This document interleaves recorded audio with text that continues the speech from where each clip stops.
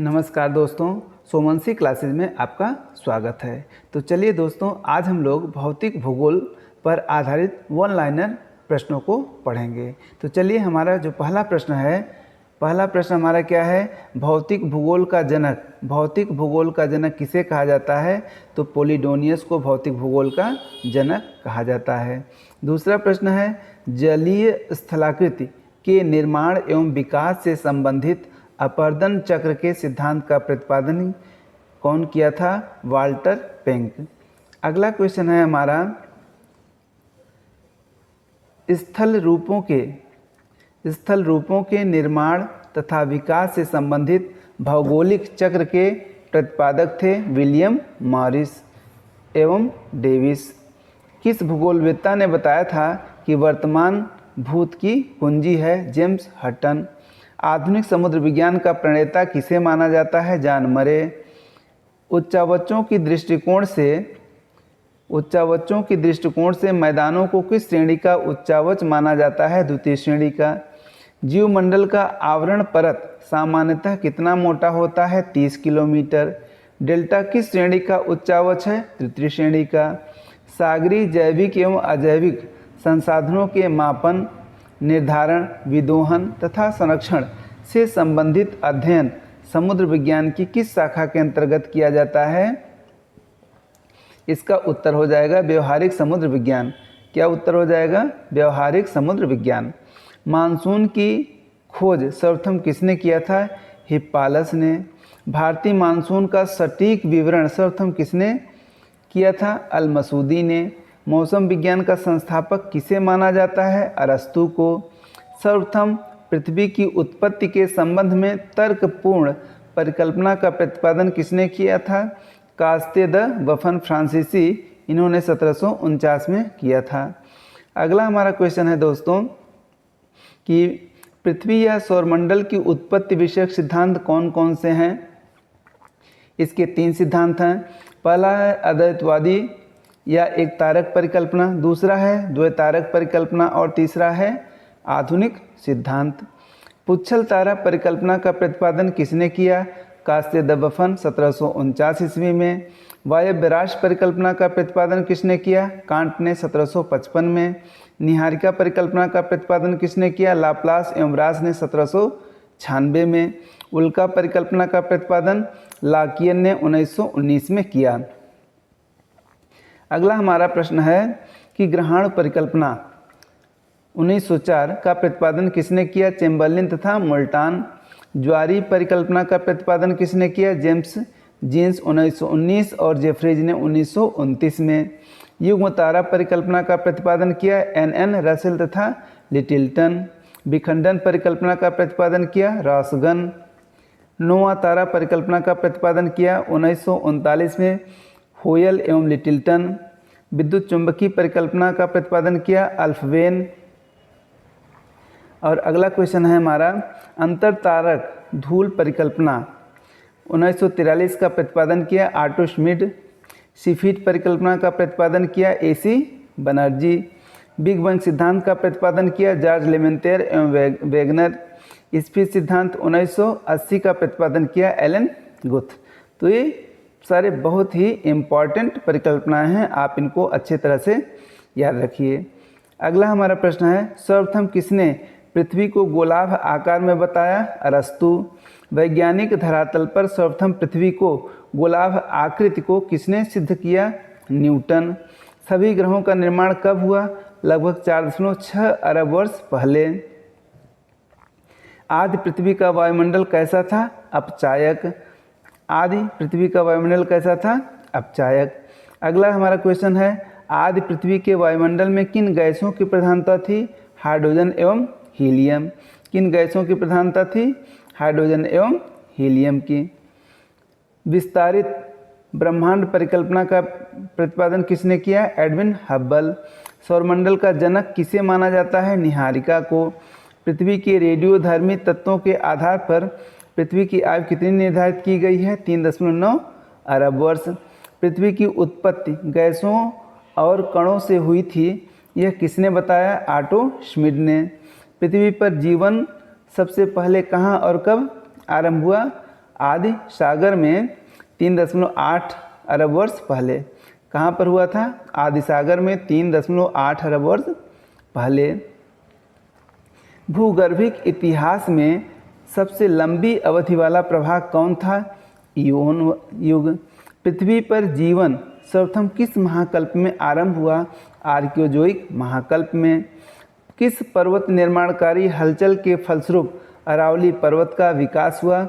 चर्नियन हलचल। एनेलिडा तथा आर्थ्रोपोडा संघ का संयोजक जंतु कौन है? पेरिपेटस। और अगला क्वेश्चन है हमारा, सर्वाधिक प्राचीन जीवाश्म की प्राप्ति किस युग के चट्टानों द्वारा हुआ है? कैम्ब्रियन शक की अवसादी चट्टानों द्वारा। विंध्याचल पर्वत की उत्पत्ति किस काल में हुई? पेलियोजोइक महाकल्प यानी कैम्ब्रियन शक में। किस शक में जीवों का पदार्पण स्थल भाग पर हुआ? सिल्यूरियन शक में। मत्स्य युग की संज्ञा किस शक को प्रदान की गई है? डिओनियन शक को। रीढ़ वाले जीवों का काल कौन सा है? सिल्यूरियन शक। गोंडवाना क्रम के कोयले का निर्माण किस काल में हुआ? कार्बोनिफेरस काल में।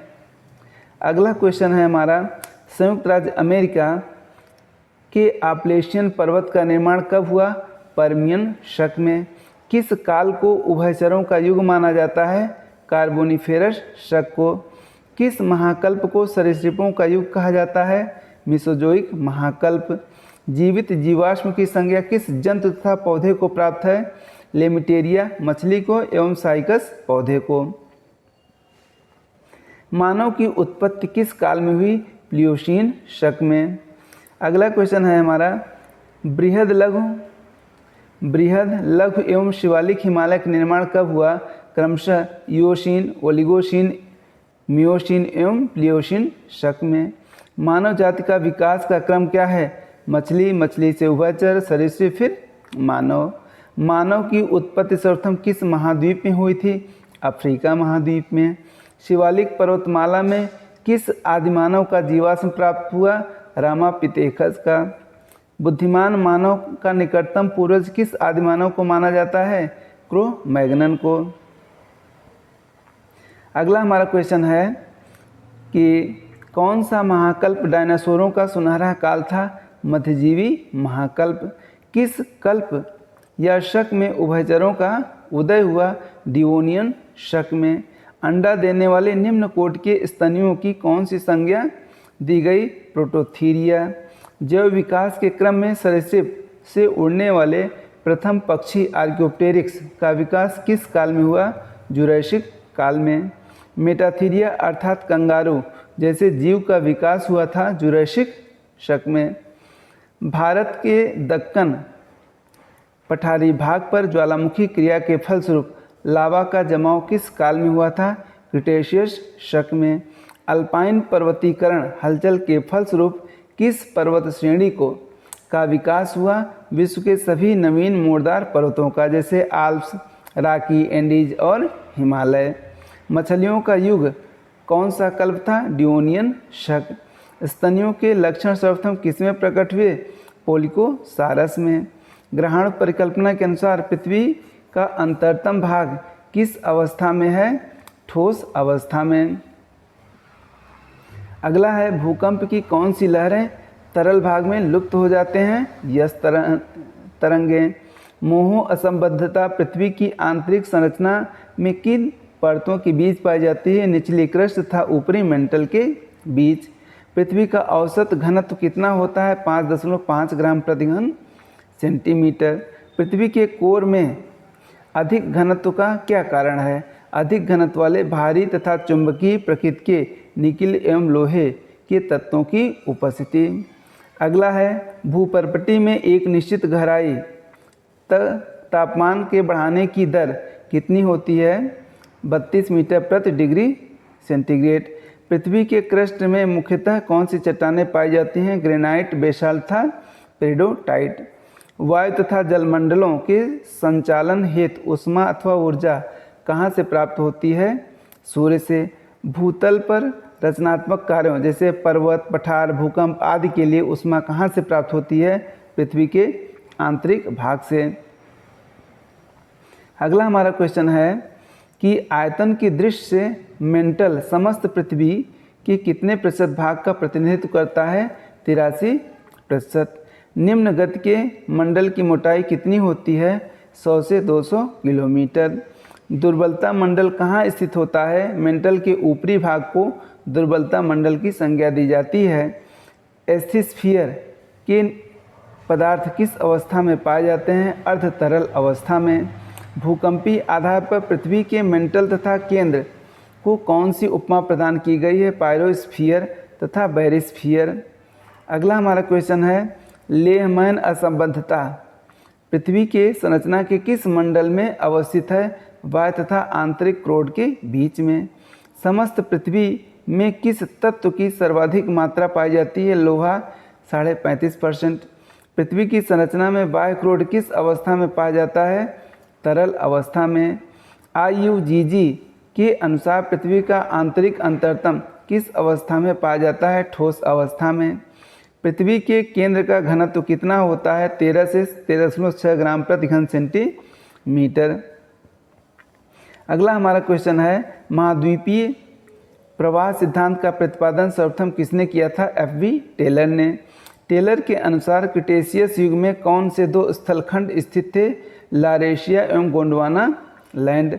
राम सागर कहाँ स्थित है? अंटार्कटिका महासागर के महाद्वीप के पास।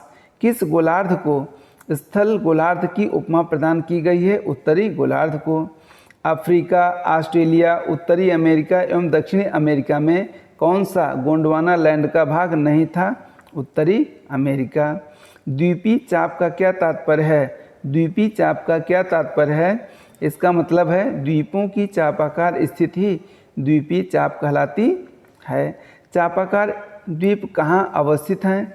यूरेशियाई महाद्वीप के पूर्व स्थित सखालीन, जापान, रयुक, ताइवान, फिलीपींस तथा पूर्वी द्वीप समूह के विभिन्न द्वीपों पर। चापी द्वीपों की उत्पत्ति का कारण क्या है? प्रशांत प्लेट का यूरेशियाई प्लेट के नीचे अधोगमन। पेंजिया एवं पैंथालासा नामक क्रमशः सुपर महाद्वीप एवं महासागर की परिकल्पना किसने किया था? प्रोफेसर अल्फ्रेड वेगनर, जो जर्मनी के रहने वाले थे।